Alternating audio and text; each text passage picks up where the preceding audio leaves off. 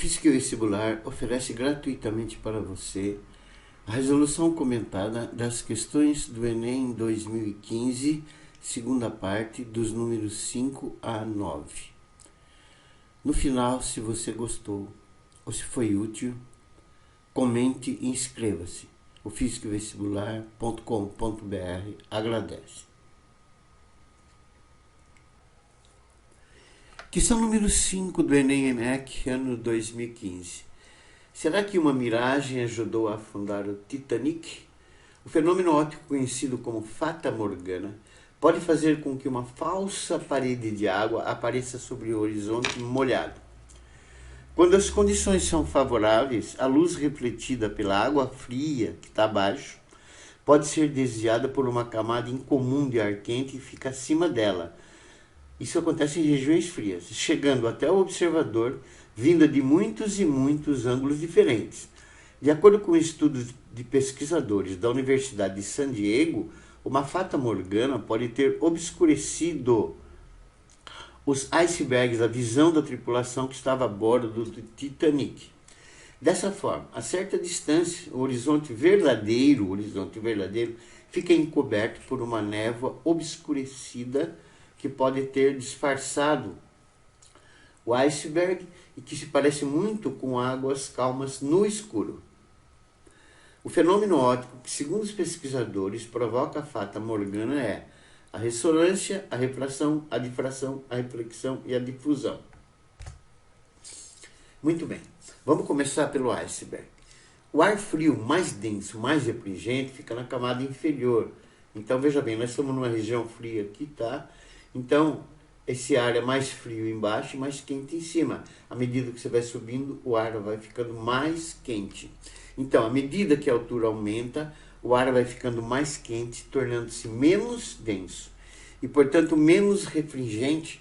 E os raios de luz que saem do iceberg se afastam da normal, sofrendo sucessivos desvios, ou seja, refrações, apresentado na figura que está, claro, fora de escala. Cada refração é sempre acompanhada de reflexão, que pode ou não ser a reflexão total. Assim, para o observador, a imagem do iceberg pode aparecer acima da água. Ele vai ver a imagem do iceberg invertida acima da água, como se estivesse flutuando no ar. E onde estava o iceberg, ele não vai enxergar o iceberg. Explicando para você, veja bem, então aqui está o iceberg real, tá vendo? Então, um raio de luz sai da parte superior do iceberg e à medida que ele sai, ele vai pegando camadas de ar cada vez mais frio e cada vez mais quente, perdão. Ele sai do ar frio e vai pegando camadas de ar cada vez mais quente. E cada vez que ele pega a camada de ar mais quente, esse raio de luz se afasta da normal, tá vendo? Se afasta mais da normal, chega nessa camada, se afasta mais da normal, se afasta mais da normal ainda. Pode aqui, em algum caso, dependendo do ângulo limite, sofrer reflexão total. E aí o que ele faz? Ele atinge o olho do observador, que no caso está no Titanic. E como o observador, ele enxerga apenas, ele recebe o raio de luz, ele enxerga a imagem desse raio no prolongamento do raio que ele recebeu. Então ele vai enxergar a imagem desse raio aqui, ó. Então, aqui, na parte superior do iceberg, ele vai enxergar lá no céu, a parte superior aqui. Infinitos raios de luz saem de todas as partes do iceberg e acontece a mesma coisa, e ele vai enxergar essa parte toda aqui. E na base acontece a mesma coisa. Raio de luz sai, vai sofrendo refrações, se afastando da normal, atinge o olho do observador e ele vai enxergar a base do iceberg aqui. Em outras palavras, o observador pode enxergar o iceberg no céu invertido. Os efeitos da Fata Morgana são miragens ditas superiores, porque você tem ar frio embaixo, ar quente em cima, e são vistas acima do horizonte.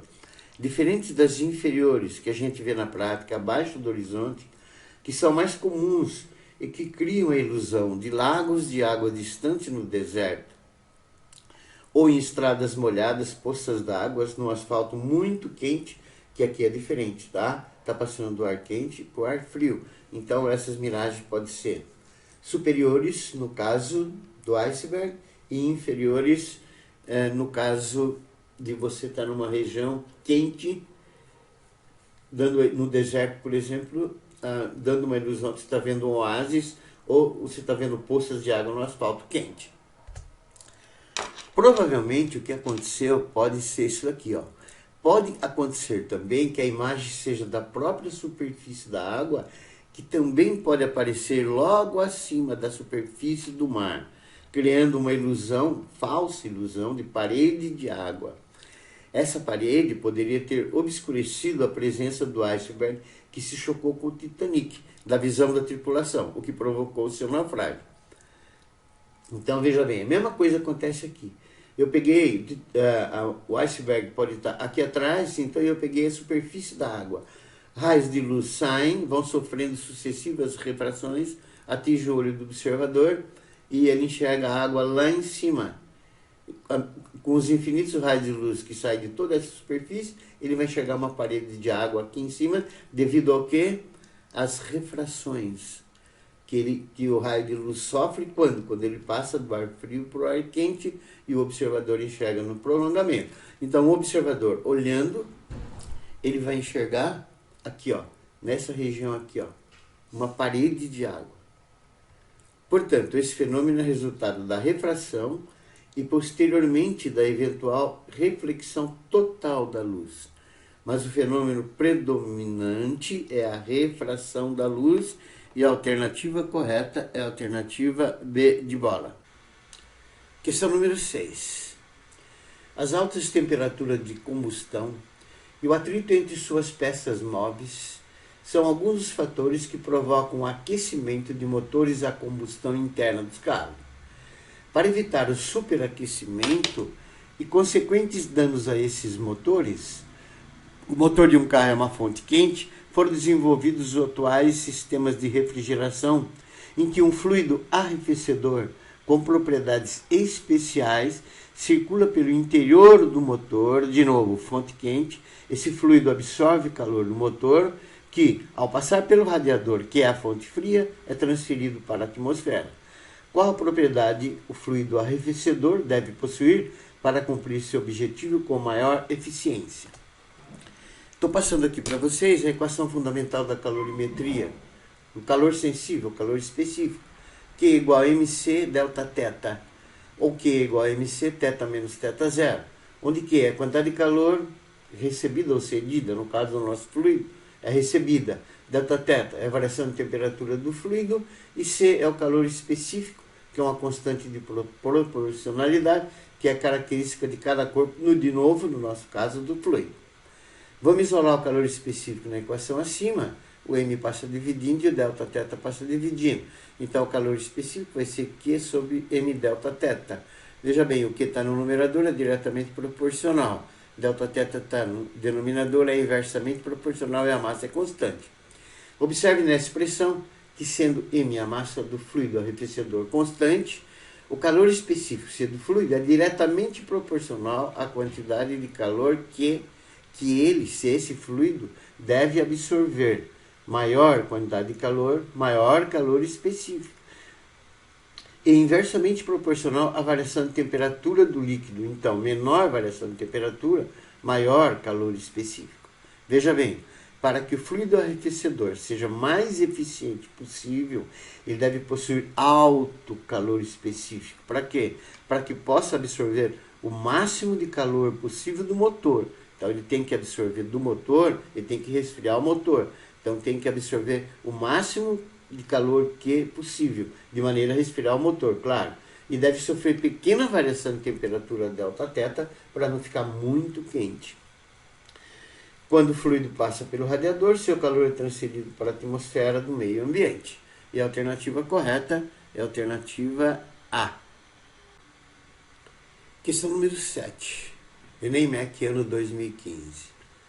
Ao ouvir uma flauta e um piano emitindo a mesma nota musical, consegue-se diferenciar esses instrumentos um do outro, apesar da nota musical ser a mesma. Essa diferenciação se deve principalmente a, e aqui estão as alternativas. Muito bem, resolução, é o timbre. O timbre, o que ele é? Ele é uma qualidade sonora que permite distinguir dois sons de mesma altura e mesma intensidade, ou seja, mesma nota musical, emitido por instrumentos diferentes, tocando a mesma nota musical ou acorde. Assim você consegue distinguir a mesma nota musical se ela é emitida por um violão ou por um piano, pelo timbre, pois ele difere nos dois instrumentos, apesar de ser ou lá dos dois, ou sol dos dois, ou mi dos dois, tá? Então ele difere nos dois instrumentos e nos fornece sensações sonoras diferentes. Por que isso? Devido às diferentes composições de harmônicos geradas por cada um desses instrumentos diferentes. E a alternativa correta é a D de dado. Oitava questão. Para obter a posição de um telefone celular, a polícia baseia-se em informações do tempo de resposta do aparelho em relação às torres do celular, da região onde se originou a ligação. Em uma região, um aparelho está na área de cobertura de 5 torres, conforme o esquema. Aqui está o celular, aqui estão as 5 torres. Considerando que as torres e o celular são pontiformes e que estão sob o mesmo plano, qual o número mínimo de torres necessárias para se localizar a posição do telefone celular que originou a ligação? Aqui estão as alternativas. Resolução. R1 é a distância do celular à primeira torre, T1. E se pegar essa primeira torre, T1 aqui na situação 1, o celular pode estar em qualquer ponto dessa circunferência aqui, tá vendo? Qualquer lugar, a distância R1 de T1, o celular pode estar. Então não vai dar para você localizar ele. Se R2 for a distância do celular à segunda torre, está aqui o R2, perto, próxima à torre 1, tá? O celular pode estar num dos pontos em que as circunferências se interceptam, figura 2. Então nessas condições, ou o celular está aqui, tá? Você tem duas torres. Ou o celular está aqui, no ponto onde elas se interceptam, ou está aqui. Então você tem dois pontos comuns para o celular.